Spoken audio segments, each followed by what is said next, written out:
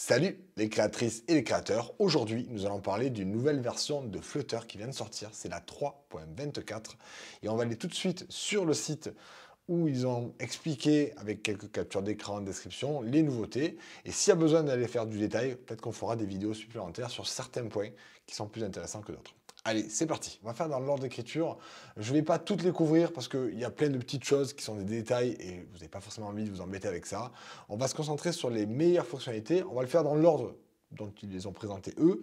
Mais comme c'est en anglais et que vous avez envie d'avoir des détails en français, je pense en tout cas, je vais vous les expliquer en français quelles sont ces nouveautés. J'ai même quelques exemples que j'ai pu déjà appliquer sur des applications pour des clients. Alors dans l'ordre, on a d'abord, il parle des nouveaux slivers. Alors les slivers, c'est un concept très avancé de Flutter qui permet de faire des vues de scroll custom.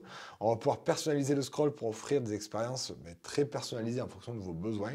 Je vous conseille au maximum de rester sur des choses standards pour aller vite dans votre développement, mais si vous avez besoin, vous pouvez faire des choses un peu plus avancées. Vous avez des exemples ici de ce qu'ils ont fait. Par exemple, là, on voit sur le scroll vers le haut, on a le titre Settings qui monte et qui devient la barre au-dessus. Est-ce que ça plaît? Est-ce que ça plaît pas? Chacun est libre de le penser. Il y avait déjà des façons de créer des slivers. L'idée, c'est de créer une custom scroll view et dedans, on a plusieurs slivers et on va pouvoir mettre plusieurs contenus scrollables à l'intérieur et on va pouvoir orchestrer tout ça. Ça devient compliqué une fois qu'on veut faire des choses très personnalisées, mais dans tous les cas, c'est tout à fait faisable et c'est plutôt bien documenté. Et ils ont ajouté des nouvelles façons de le faire en bloquant la tête en haut. C'est justement ce qu'on voit ici. On peut même faire en sorte que ça se bloque en haut, que ça se redimensionne au début, puis que ça redevienne plus petit. On peut faire des choses très très poussées si on le souhaite. Voilà, donc si vous voulez customiser et aller un peu plus loin, vous pouvez le faire.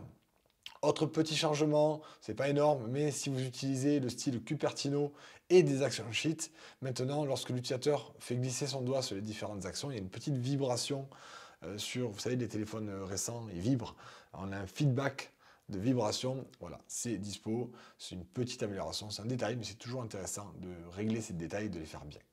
Ensuite, on a ce TreeView. Ça, c'est le premier nouveau composant qui est proposé dans la librairie de base. Donc, ce TreeView, c'est un widget qui vous permettra d'afficher une vue sous la forme d'un arbre. Alors, attention, les TreeView, les vues en forme d'arbre, c'est bien parce qu'on peut mettre plein de données. Ça représente de la complexité, de l'architecture, du rangement, de la classification de données. Mais quand on n'est pas un geek ou qu'on n'aime pas les larges ensembles de données, c'est assez frustrant à utiliser. Je parle pour le commun des mortels, pour la plupart de vos utilisateurs, il y a des chances qu'ils n'aiment pas trop ça. Donc attention, avant de vous jeter sur ce composant en vous disant « Oh, c'est trop bien, je vais pouvoir l'utiliser partout », réfléchissez bien avant de l'utiliser.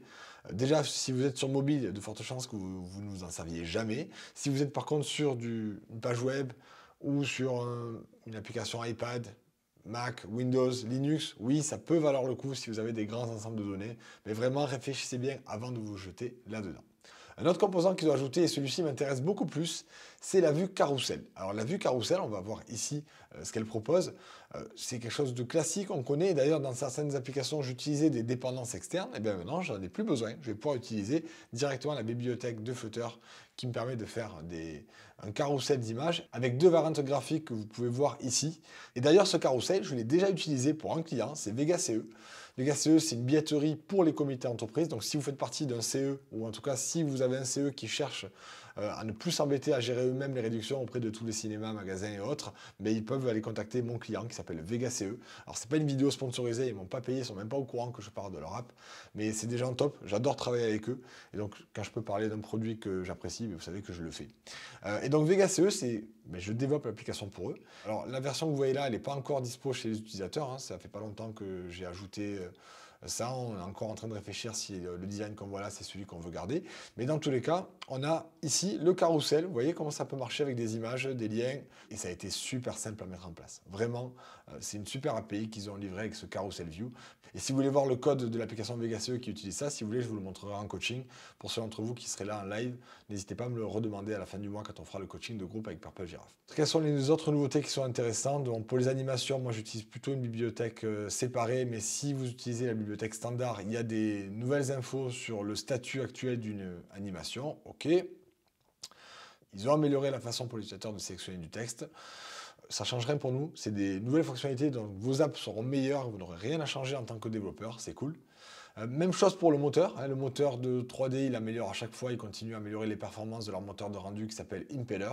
Sur iOS, il est en version stable, sur Android, il est encore en version bêta, il continue à le pousser en ce qu'ils appellent en preview, parce qu'il y a un bug au niveau d'Android même qui a été corrigé sur les dernières versions, mais tout le monde n'a pas encore cette dernière version.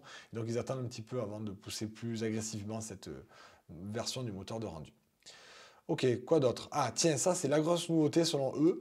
Personnellement, c'est pas quelque chose que je fais tous les jours, mais si vous avez envie de faire de la 3D et utiliser la carte graphique en direct depuis vos applications Flutter, maintenant, vous avez une API qui permettra de faire ça, d'utiliser directement la carte graphique et de faire du dessin en 3D, en Dart avec Flutter. Donc ça peut être sympa. Je sais qu'il y a plusieurs personnes qui étaient intéressées par ça, et c'est une des grosses nouveautés de cette version. Alors, c'est qu'une preview, mais vous pouvez déjà justement le tester, commencer à vous faire la main dessus.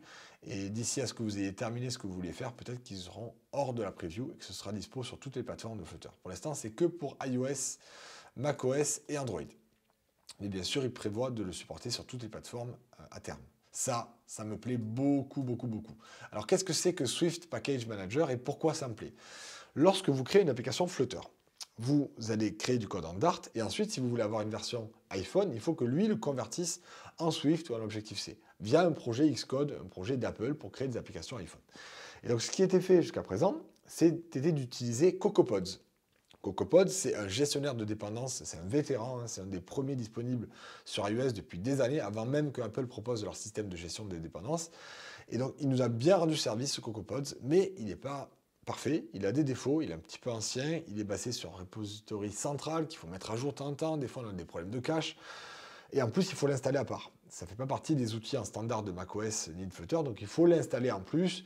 Si on n'a pas la bonne version, on peut avoir des problèmes. Enfin voilà, c'est un outil qui est bien, qui rend un vrai service, mais depuis quelques années, Apple propose leur propre outil qui s'appelle le Swift Package Manager, qui est intégré à Xcode sans installation supplémentaire, et donc c'est une bien meilleure idée d'utiliser ce genre d'outil plutôt qu'une dépendance. C'est toujours mieux de limiter les outils tiers, et donc là, ils sont sur l'initial support, c'est le début du support de Swift Package Manager, mais en tout cas c'est une très très bonne nouvelle. Ça va simplifier énormément l'installation de Flutter et les mises à jour des différentes versions de Flutter et autres. Autre nouvelle, pour moi elle est un peu moins bonne. Je suis un peu moins content de ça, c'est une grosse mise à jour du Shared Preferences. Shared Preferences, ça ne fait pas partie de la bibliothèque de Flutter, c'est un plugin tiers, mais qui est développé par l'équipe de Flutter. C'est un des plus utilisés dans tout l'écosystème. Quasiment toutes les applications s'en servent. Il permet de sauvegarder des données en local sur votre application. Ce n'est pas une base de données, c'est pour sauvegarder des petites données légères, des booléens, des petits textes, des entiers, des tableaux de chaîne de caractères, des réels. C'est souvent utilisé pour des réglages utilisateurs. Et c'est vraiment super pratique, c'est très simple à utiliser, ce sont des clés valeurs. Voilà, je l'ai montré dans le cours, vous devez probablement le connaître et sans doute vous l'utilisez aussi. Eh bien, ils ont fait une grosse mise à jour avec des nouveautés qui peuvent être sympas. Mais moi, ce qui me pose problème avec cette mise à jour, c'est qu'en plus d'ajouter des nouveautés un peu sympas de gestion asynchrone ou avec un cache, ils ont aussi décidé de changer sur Android le stockage qu'il y a derrière. C'est-à-dire que jusqu'à présent, ils utilisaient les Shared Preferences, qui est une API système d'Android. Et bien, ils se sont dit, tiens, à y être, on va aussi modifier ça. On va utiliser un data store qui est peut-être mieux. Mais le problème, c'est qu'ils n'ont rien prévu pour la migration. Donc, c'est à nous débrouiller en disant, si on passe sur une nouvelle version-là, on est censé prendre toutes les clés qu'on avait avant et les réenregistrer, soit sous un autre nom, soit sous le même nom, mais dans le nouveau système. Ça demande de faire une migration. Est-ce que ça va bien marcher sur les autres plateformes que Android? Tout ça, c'est à nous à le gérer et je trouve pas ça normal. Voilà, quand on utilise ce genre de dépendance, c'est pour être tranquille, on utilise leur API. S'ils décident de changer ce qu'il y a eux en arrière-plan, à la limite ça ne nous regarde pas, c'est leur problème, mais ils devraient migrer automatiquement ou alors nous proposer une fonction pour migrer automatiquement, ce qui n'a pas du tout été fait. Ils en parlent d'ailleurs en disant que pour l'instant il n'y a rien pour migrer et qu'il faut le faire soi-même. Voilà, donc ce que je vais faire de mon côté, vous faites ce que vous voulez, mais ce que je vais faire de mon côté, c'est que je vais patienter. Je vais rester sur la version 2.2 des Shared Preferences, qui marche très très bien depuis des années. Je ne ressens pas le besoin de passer sur ces nouveautés-là. Et comme ça, ils vont, je pense, en profiter pour développer une migration. Je pense qu'ils vont le faire. Et puis s'ils ne le font pas, au moment où je n'aurai pas le choix, je ferai cette migration. Ça ne sera pas énorme, mais j'ai pas envie de prendre les risques de perdre des données utilisateurs. Et je suis convaincu qu'il y aura quelque chose qui va sortir parce que je ne suis pas le seul à l'utiliser. Visiblement, on est très nombreux à l'utiliser. Et je pense qu'ils vont trouver un moyen de faciliter cette migration. C'est pas tellement, ça m'embête pas de coder les quelques lignes pour le faire. Je veux juste éviter d'avoir des problèmes. J'ai pas envie d'avoir des problèmes, de perdre des réglages utilisateurs, que certains utilisateurs se retrouvent avec des réglages à zéro. Voilà, c'est juste pour ça que je ne veux pas le faire moi-même, parce que je ne sais pas exactement comment eux l'avaient fait avant, et je ne voudrais pas avoir des effets de bord. Voilà, parce que finalement c'est juste une boucle, là, c'est pas très compliqué, je lis la liste des clés sauvegardées avant, et puis je le réenregistre dans un nouveau système, je pourrais le faire, mais je sais pas, ça sent mauvais. Ce genre d'histoire là, je préfère pas y toucher. Surtout quand on parle des réglages qui sont sur les téléphones de vos utilisateurs, ça, il vaut mieux l'éviter. Ok, quelles sont les autres nouveautés? Donc, il y a aussi des nouveautés sur les DevTools. Ils ont amélioré l'outil de mesure des performances, le Network Profiler et l'outil pour tester les Deep Links. Donc, ça, c'est super.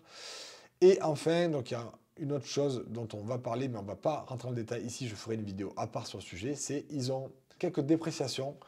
Ça fait jamais plaisir quand ça arrive. C'est assez rare dans l'équipe de Flutter, mais on a des dépréciations sur certains points, notamment sur le navigateur. Vous savez, je vous ai souvent parlé du routeur 2.0, du navigateur, qui permet de faire un routage super efficace dans vos applications. J'ai même fait un cours dédié sur le sujet, sur comment architecturer votre application de A à Z avec ce routeur. Et une fois qu'on a pris l'habitude, on ne peut plus s'en passer.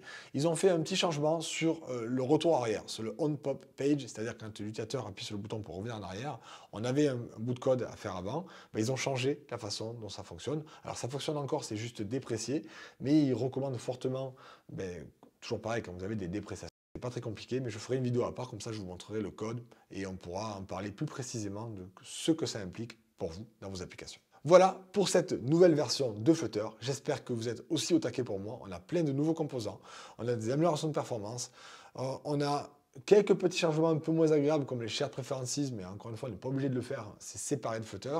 Et ce navigateur qui a une petite migration à faire, mais vraiment, elle est anecdotique et je vous la montrerai dans une vidéo à part. J'espère que cette vidéo vous a plu. N'hésitez pas à me le dire en commentaire, à vous abonner pour ne pas rater les prochaines vidéos et à mettre un pouce. Si vous avez aimé la vidéo, dites-moi-le, dites-le à YouTube, dites-le à tout le monde, parce que plus on est nombreux à aimer ces vidéos, plus ça motivera et vous en aurez de plus en plus pour apprendre chaque jour. On se voit la semaine prochaine. Happy coding!